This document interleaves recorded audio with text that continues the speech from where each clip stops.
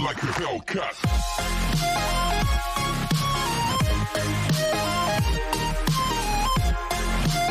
से नीचे का दिखाया जाता है जिसके पेट में चाकू घुसाकर शानहेंग वहां से भाग गया था। जीशू भागता हुआ इची के पास आ जाता है और कहता है डरो मत, मैं तुम्हें हॉस्पिटल ले जाऊंगा। इची कहती है मैं ठीक हूँ। तभी हमें पता चलता है कि जीशू सपना देख रहा है और नींद में बड़बड़ा रहा है। तभी वो जाग जाता है और अपने हाथों को देखता है जिस पर ब्लड लगा हुआ था। तभी वो हाथ धोने के लिए जाता है और तभी उसे मिरर में इची दिखती है। तभी उसे किसी अननोन पर्सन का मैसेज आता है। वो कहता है जीशू तुम पिछली बार बच गए थे, लेकिन इस बार मैं किसी को नहीं छोड़ूंगा। तभी जीशू किसी को कॉल लगाता है। तभी सीन बदल जाता है जहाँ पर जीशू अपने घर का दरवाजा खोल रहा था और बाहर लिन चिनम्याओ खड़ी थी। लिन चिनम्याओ कहते क्या तुम्हें मेरे आने की उम्मीद नहीं थी? जीशू कहता है अंदर आओ।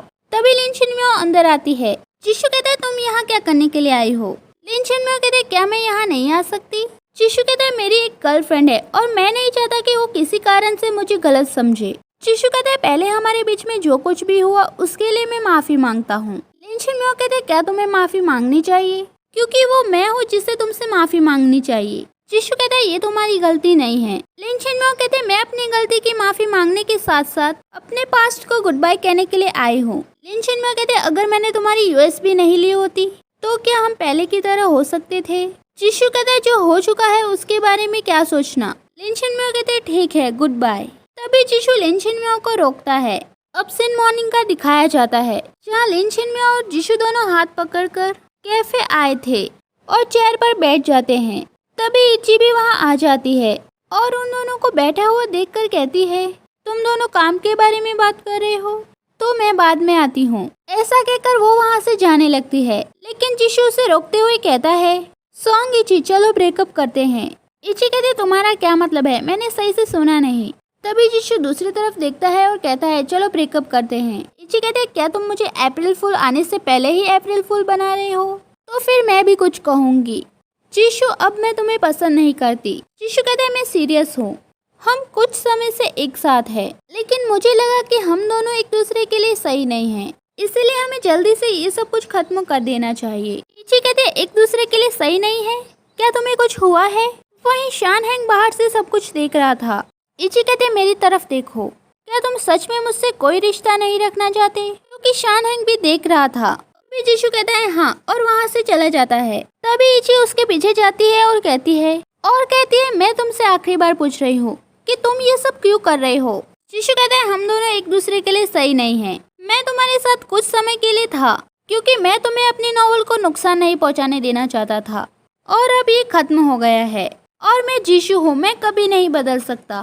तभी लिन चिनम्याओ कहती है अब छुपाने के लिए कुछ नहीं बचा है। दरअसल मैं और जीशू फिर से एक साथ हो गए हैं, इसीलिए अब उसे परेशान मत करो। तभी इची कहते चुप हो जाओ, क्या मैंने तुमसे पूछा? जीशू कहता है ये सच है कि हम फिर से साथ हो गए हैं। ये सुनते ही इची रोते हुए वहाँ से भाग जाती है। अब सीन शानहेंग का दिखाया जाता है जो कि सोच रहा था कि अभी जैसा जीशू ने इची के साथ किया ठीक वैसा ही लिन चिनम्याओ ने भी उसके साथ किया और गुस्से में कहता है ये तो सिर्फ एक बहाना था, तुम दोनों तो सच में एक साथ होना चाहते हो। अब सीन इची का दिखाया जाता है जो कि काफी ड्रिंक कर रही थी। तभी जिंगशिंग वहाँ आती है और कहती है तुमने इतनी ज्यादा ड्रिंक क्यों की है? इची कहती है क्योंकि मेरा ब्रेकअप हो गया है। जिंगशिंग कहते हैं क्या? पर ऐसा क्यों? इची कहती है मुझे भी नहीं पता। जिंगशिंग कहते हैं झगड़े तो सबके बीच में हो जाते हैं, अपने फोन में देखो उसने कोई मिस कॉल या मैसेज किया होगा। तभी इची अपने फोन में देखती है और उसे टेबल पर पटक देती है और कहती है कुछ नहीं है इसमें। जिंगशिंग कहते हैं रोना बंद करो, मैं जीशू को सबक सिखाऊंगी। इची कहती है मुझे घर जाना है। तभी वो उसे अपने साथ ले जाती है। अब सीन लूशू का दिखाया जाता है जो कि छुपकर लिन चिनम्याओ और जीशू को देख रहा था, जो दोनों एक दूसरे को खाना खिला रहे थे। तभी लूशू जिंगशिंग को कॉल करता है।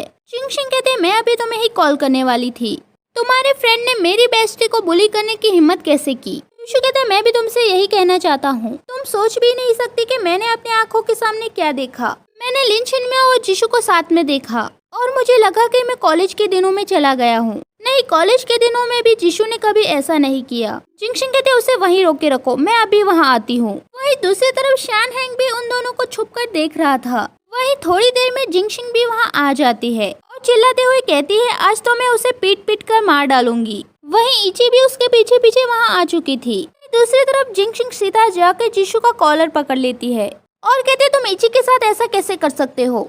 तभी लूशू जिंगशिंग को शांत करवाता है और कहता है मैं उसे समझाता हूँ। तभी जिंगशिंग कहते तुमने इची से ब्रेकअप इसलिए किया क्योंकि तुम इसके साथ रह सको। लूशू कहता है ब्रेकअप आखिर चल क्या रहा है। जीशू कहता है अब समझाने के लिए कुछ नहीं बचा। तभी जिंगशिंग कहते हैं अच्छा हुआ तुम्हारा ब्रेकअप हो गया, तुम जैसे कमीने को मारने से तो कानून भी नहीं टूटेगा। तभी वो उसे मारने के लिए जाती है लेकिन लूशू उसे पकड़ लेता है। जिंगशिंग कहते हैं लूशू मुझे जाने दो, क्या तुम उसका साथ दे रहे हो। लूशू कहता है मैं ऐसा क्यों करूँगा। तभी वो जोर से जीशू को पंच मार देता है, इसकी वजह से जीशू टेबल पर जाकर गिरता है। लूशू कहता है मैं तुम्हें लंबे समय से जानता हूँ लेकिन मुझे नहीं पता था कि तुम डबल फेस वाले इंसान हो।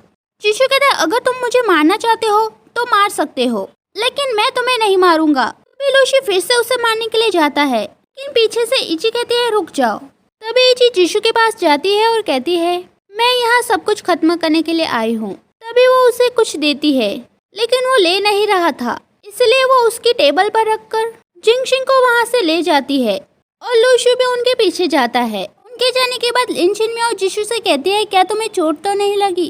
जीशू कहता है मैं ठीक हूँ, चलो मैं तुम्हें घर छोड़ देता हूँ। अभी वो दोनों बाहर आते हैं। जीशू कहता है यहाँ मेरा इंतजार करो, मैं कार लेकर आता हूँ। लिन चिनमियाओ कहते हैं ठीक है। वहीं जीशू अपनी कार लेने के लिए जाता है और जैसे ही कार के अंदर बैठने वाला था कोई जोर से उसके सर पर डंडा मारता है जिसकी वजह से वो बेहोश हो जाता है। तभी हमें पता चलता है कि वो इंसान कोई और नहीं शान हैंग है क्योंकि जीशू को उसकी कार में बिठाकर वहाँ से ले जाने लगता है। उसे वहाँ से जाते हुए लिन चिनमियाओ भी देख लेती है। तभी वो फटाफट से इची को कॉल लगाती है। इची कॉल उठाती है। लिन चिनमियाओ कहते जीशू का एक्सीडेंट हो गया है। अब सीन थोड़ी देर के बाद का दिखाया जाता है जहाँ लिन चिनमियाओ इची से कहती है अब मुझे तुम्हें सच बताना होगा। दरअसल मैं और जीशू शान हैंग को उकसाने की कोशिश कर रहे थे क्योंकि अगर उसे पता चला कि मैं जीशू के साथ हूँ मुझे पूरा यकीन है कि शान हैंग इसे सहन नहीं कर सकता। इची कहते हैं शान हैंग एक भगोड़ा है, वो कुछ भी कर सकता है। तभी वो जिंगशिंग से कहती है कि पुलिस को कॉल करो और कहो उसे ढूंढे। लिन चिनमियाओ कहते हैं मुझे याद है कि जीशू ने कहा था कि उसने तुम्हारे फोन में एक लोकेशन ट्रैकर लगवाया है जो कि तुम दोनों के फोन को आपस में जोड़े रखता है। तभी इची अपने फोन में देखती है और उसे जीशू की लोकेशन मिल जाती है। इची कहते हैं मैं जीशू को ढूंढने जाती हूँ और तुम जाकर लूशू के साथ पुलिस बुलाओ। तभी इची वहाँ से जाती है। सीन शान हैंग का दिखाया जाता है जो कि बैठे हुए सोच रहा था। अब सीन फ्लैशबैक का दिखाया जाता है जहाँ दो स्टूडेंट शान हैंग और जीशू की बात कर रहे थे जो कहते हैं कि मैंने सुना है कि हमारे डिपार्टमेंट में एक हैंडसम लड़का है, क्या वो वही है जो मेरे पीछे बैठा है। दूसरा स्टूडेंट कहता है तो तुम जीशू की बात कर रही हो, वो तो मेरे पीछे बैठा है और जो तुम्हारे पीछे बैठा है वो मुश्किल से सेकंड आता है। तभी जीशू उन लोगों को सुनाते हुए कहता है तुम इतने साल से यहाँ पढ़ रहे हो, तुम्हें नहीं पता कि टीचर ने क्या कहा है कि लोगों को जज नहीं करना चाहिए। वो शान हैंग को ईयरफोन देता है और कहता है तुम उनकी बात पे ध्यान मत दो। शान हैंग कहता है पर तुम। जीशू कहता है मेरी चिंता मत करो, मुझे परवाह नहीं है कि लोग क्या कहते हैं। वही प्रेजेंट में शान हैंग जीशू के पास जाता है और कहता है तो तुम जाग गए, मुझे पूरी तरह हराने के बाद क्या तुम खुश हो। जीशू कहता है तो तुम हमारे जाल में फंस गए, मैंने और लिंचिन में हमने तुम्हें फंसाने के लिए जाल बनाया था और अगर हम ऐसा नहीं करते तो तुम बाहर नहीं आते। मुझे बस जानना है कि तुम्हें मुझसे कब से इतनी नफरत हो गई। तभी शान हैंग अपना पूरा गुस्सा निकालते हुए उसे जोर जोर से मारने लगता है। जीशू भी अपना बचाव करने की पूरी कोशिश कर रहा था लेकिन उसके हाथ बंधे हुए थे इसलिए वो ज्यादा कुछ कर नहीं पा रहा था। तभी शान हैंग उसका कॉलर पकड़कर कहता है जब मैंने पहली बार तुम्हें देखा तब से ही मैं तुमसे नफरत करता हूँ क्योंकि तुम मुझसे हर चीज में आगे थे, चाहे तुम कुछ भी करो, लेकिन लोग तुम्हें हमेशा चाहते थे और मैं बस एक कठपुतली था। मैं लोगों को बताना चाहता हूँ कि मैं तुमसे ज्यादा बेहतर हूँ। जीशू कहता है मैं जानना चाहता हूँ कि तुमने सोंगइची और फैन फैक्शन को कैसे ढूंढा। शान हैंग कहता है वेबसाइट बनाने के दूसरे दिन ही सोंगइची पहले यूजर बनी और उसने अपने नॉवल का फैन फैक्शन बनाया। क्या कोइंसिडेंस है ना। 5 साल पहले और 5 साल बाद वो फिर से प्रकट हो गई। अब सीन फ्लैशबैक का दिखाया जाता है जहाँ शान हैंग वेबसाइट बना रहा था।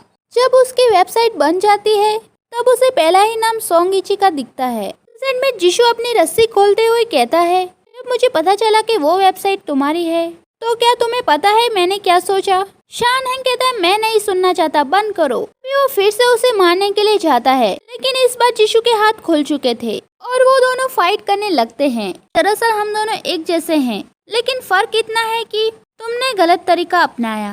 शान हेंग कहता है मुझे सिखाने की जरूरत नहीं है क्योंकि मैं जीत चुका हूँ। जीशू कहता है क्या तुम्हें सच में लगता है कि तुम जीत गए? तभी शान हेंग अपने फोन में वेबसाइट ओपन करता है और उसे क्लिक करता है और दूसरी दुनिया में जाने का रास्ता खुल जाता है। जीशू कहता है क्या तुम पागल हो गए हो? वेबसाइट को जल्दी ही बंद कर दिया जाएगा। अगर तुम अंदर जाओगे तो वापस कभी बाहर नहीं आ पाओगे। शान हेंग कहता है जेल में जाने से बेहतर है कि मैं दूसरी दुनिया में रहूं। तभी वो उस हॉल में जाने लगता है, लेकिन जीशू उसे पकड़ लेता है और कहता है कि अगर तुम चले गए तो तुम्हारी फैमिली का क्या होगा? शान हेंग कहता है उन्हें सिर्फ परवाह है कि मैं कहीं उन्हें शर्मिंदा ना कर दूं। अगर मैं उन्हें शर्मिंदा ना करूं तो उन्हें मेरी कोई परवाह नहीं है। जीशू कहता है तुम्हें कैसे पता कि वो क्या सोचते हैं? सभी मॉम डैड अपने बच्चों से प्यार करते हैं। क्या तुम चाहते हो कि लिन चिनमिया पूरी जिंदगी अपने आप को दोष देती रहे? तभी शान हेंग कहता है मुझे जाने दो। वहीं दूसरी तरफ इची भी वहाँ आ चुकी थी और वो जीशू की तरफ जाने लगती है, लेकिन उससे पहले ही वो दोनों उस दुनिया के हॉल में गिर जाते हैं और दूसरी दुनिया में जाने का दरवाजा बंद हो जाता है। इची अपने फोन में वेबसाइट खोलकर देखती है, लेकिन वेबसाइट बंद हो चुकी थी। अब सीन शान हेंग का दिखाया जाता है जो कहता है मेरी दुनिया में तुम्हारा स्वागत है। जीशू कहता है तुम अभी भी पीछे हट सकते हो, नहीं तो तुम कभी भी पीछे मुड़कर नहीं देख सकोगे। शान हेंग कहता है मेरी दुनिया डार्क है, मैं क्यों पीछे मुड़ूंगा? जीशू कहता है तुम्हारा परिवार है और तुम्हारे दोस्त है और तुम जिससे प्यार करते हो। शान हेंग कहता है क्या तुम मेरे गाँव पर नमक छिड़क रहे हो? तुमने जिन लोगों की बात की वो मेरी परवाह नहीं करते। जीशू कहता है अगर तुम्हारी फैमिली को तुम्हारी परवाह नहीं होती तो वो तुमसे उम्मीदें क्यों लगाती? अगर तुम्हारे दोस्तों को तुम्हारी परवाह नहीं होती तो वो इतने साल तुमसे दोस्ती क्यों रखते? शान हेंग कहता है बंद हो जाओ, आज हम दोनों एक साथ मरेंगे। तभी वो अपने फोन में क्लिक करता है और दोनों दुनियाओं को एक दूसरे से अलग कर देता है। अब सीन 1 महीने के बाद का दिखाया जाता है, जहाँ इची अपने बेड पर सो रही थी। तभी अलार्म बजता है और वो जाग जाती है और फिर कंपनी जाने के लिए निकल जाती है। तभी वो बस स्टॉप पे जाकर बैठती है, तभी उसे किसी का कॉल आता है। तभी एपिसोड खत्म हो जाता है। नेक्स्ट एपिसोड के लिए like share and subscribe and thank you for watching full video.